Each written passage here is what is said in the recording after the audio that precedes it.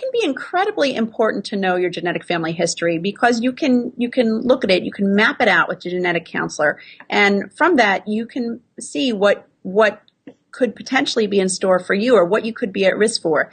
And having that information, some people find it scary, but it's actually very powerful because you can take steps to both reduce your risk of cancer or even prevent it altogether.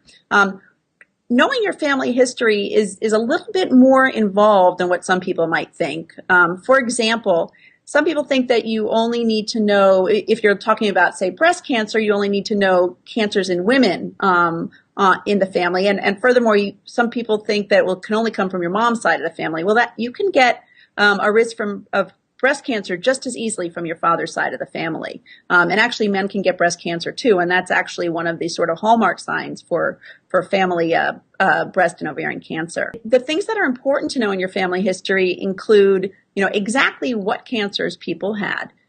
Sometimes someone might say they had cancer down there. That's a frequent term for gynecologic cancer, or stomach cancer, and that could be, say, ovarian cancer, colon cancer, or stomach cancer, or pancreatic cancer. So there's a lot of different cancers that can be. So actually knowing what the actual cancer is can be very important because that might help define some of your risk as well.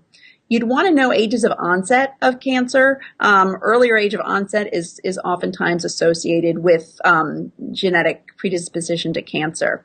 You'd want to know if people are alive or deceased, and you'd want to know, you don't only want to know, well, one of my dad's, sisters had cancer. We want to know how many sisters, how many brothers.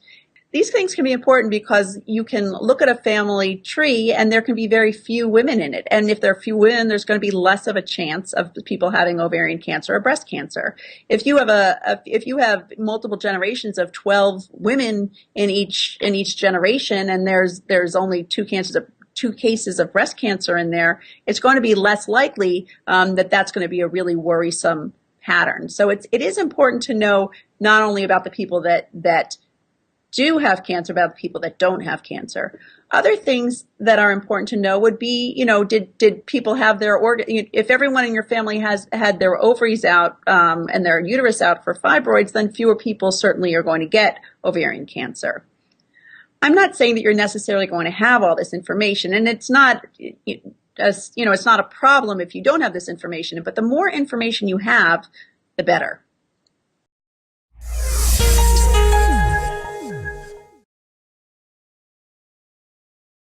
Hi, I'm Dr. Jay Harness, and I want to share with you important information that I believe that every newly diagnosed patient with breast cancer needs to know.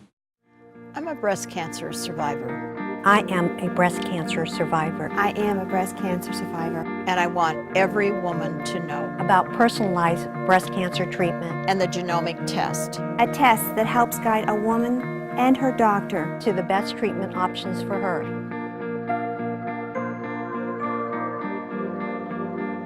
Pass it on.